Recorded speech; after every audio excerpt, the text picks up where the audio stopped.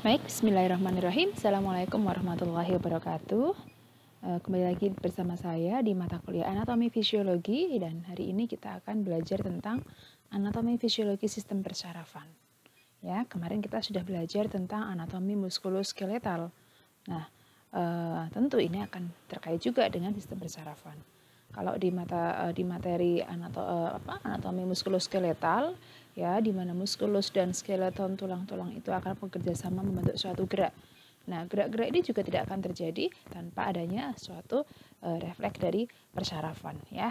Maka materi hari ini akan memperkuat pemahaman Anda, mendukung pemahaman Anda, ya, terkait materi yang lalu. Coba Anda perhatikan, ya, perhatikan gambar berikut. Nah, apa yang Anda bayangkan ketika melihat gambar ini? Ya, coba ini gambar yang pertama. Ya. Gambar yang pertama ini adalah seorang yang berada di tempat yang bising, ya. Di tempat yang bising. Reaksinya apa? Menutup telinga? Oke. Ini ada orang yang ini telinga, berarti indera pendengaran, ya, yang terstimulus. Kalau ini bau, berarti indera penciuman, ya, hidung yang terstimulus. Ini, ya, ketika silau tiba-tiba begini, ya, nutup mata, aduh silau itu, ya.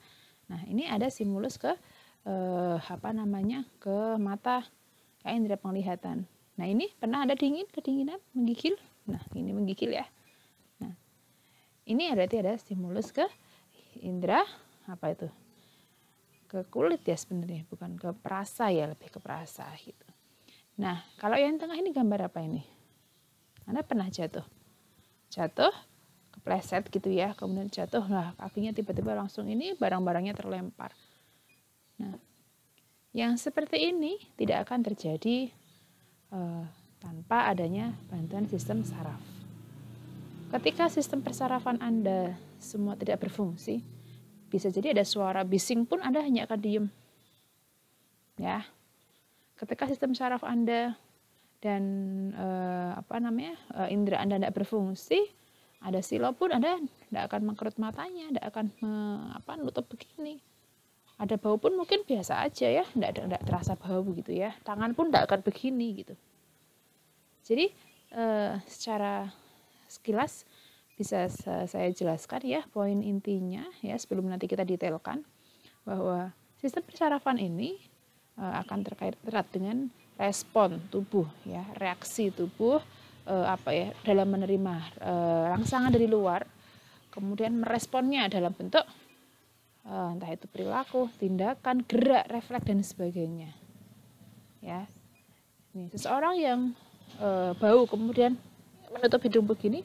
Nah, dari merasakan bau sampai dengan tangan dia maju lutut begini, ini sudah melibatkan banyak sistem saraf dalam tubuhnya.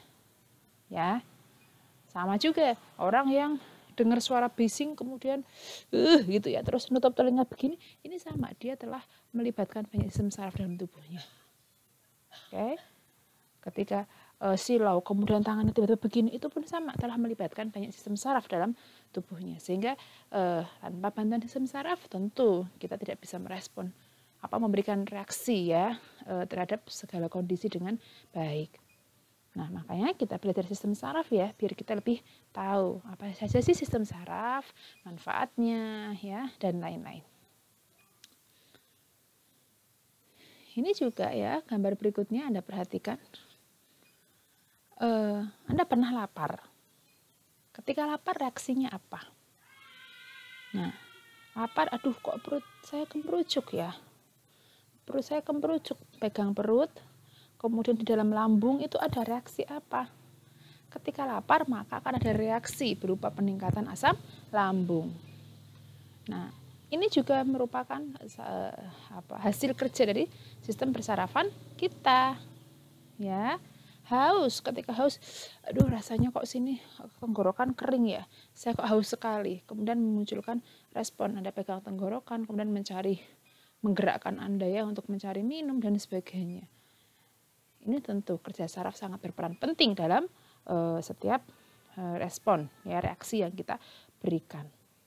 Nah, apa sih sebenarnya sistem saraf itu? Baik, ya, kita lanjut. Sistem saraf merupakan sistem koordinasi, yang menyampaikan rangsangan dari reseptor. Reseptor itu yang menerima rangsang. Ya, kalau dingin, nah berarti yang menerima rangsang adalah kulit, ya, kedinginan, ya, sampai akhirnya menggigil itu kan sebuah respon, ya. Jadi sistem koordinasi ini menyampaikan rangsangan dari reseptor untuk reseptor itu yang menerima rangsang tadi untuk dideteksi dan direspon oleh tubuh. Contoh, kulit menerima dingin, respon tubuhnya apa? Oh, menggigil, ya. Telinga menerima tadi suara bising keras, respon tubuhnya apa? Gitu ya, misal. Kok suara keras sekali sih? Nah, gitu. Nah, sistem saraf ini merupakan makhluk hidup yang tanggap, ya, tanggap sekali. Nah, tanggap artinya apa? Ya tadi peka terhadap rangsang, ya. Nah, sistem saraf ini ternyata terdiri dari jutaan sel saraf, ya, neuron. Di mana neuron itu membentuk jaringan. Ya, jutaan, bukan ratusan, ribuan, tapi jutaan sel saraf. Maka ini pun harus kita syukuri, ya. Betapa nikmat Allah luar biasa yang telah mengaruniakan kita. Jutaan sel saraf yang di luar kesadaran kita tentunya. Di luar kekuatan kita, ya, itu ya. Yang mana masing-masing saraf itu saling terkait satu sama lain dan akan memberikan fungsi tubuh yang optimal pada diri kita. Ada 3 komponen utama sistem saraf, ya, yaitu reseptornya. Reseptor itu yang menerima rangsang dari luar langsung, ya. Kemudian penghantar impuls. Jadi setelah diterima rangsangnya, dihantarkan impulsnya ke sistem saraf pusat. Kemudian dari sistem saraf pusat memberikan efek berupa apa gitu. Ya, contohnya kalau tadi di gambar pertama, mana ya? Reseptor, penghantar impuls, efektor. Contoh ya ini. Reseptornya apa? Ya, ini nih, yang reseptor yang menerima ada bau itu yang menerima apa berarti? Hidung, ya, dari panca indera, ya. Dari hidung, kemudian si hidung, saraf-saraf hidung menerima rangsangan, kemudian dihantarkan ke sistem saraf, kemudian dikeluarkan dalam bentuk tindakan, respon tubuh. Responnya apa? Bau. Nah, ini bentuk respon, ya. Nah, misalnya sampai tangan kita bergerak gini, otomatis itu ya kadang enggak usah kita mau nutup kalau ada bau. Nah, gitu ya. Itu salah satu bentuk respon. Ini melibatkan sistem saraf yang kompleks tentunya, ya, untuk sampai ke respon tersebut. Oke, kita lihat lebih detail lagi. Nah, ini sel saraf, ya.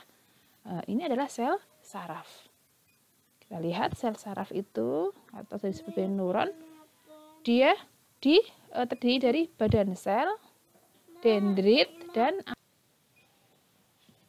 baik, ini ya sel saraf tadi neuron. Neuron terdiri dari 3, yaitu badan sel, dendrit, dan akson. Bisa Anda lihat untuk gambarnya. Ini dendrit, ya. Ini inti sel, nukleusnya. Badan sel di sini, badan sel. Ini akson, ya, akson. Ini ada selubung mielin, ya. Selubung mielin, sel Schwann. Nah, ini terminal aksonnya.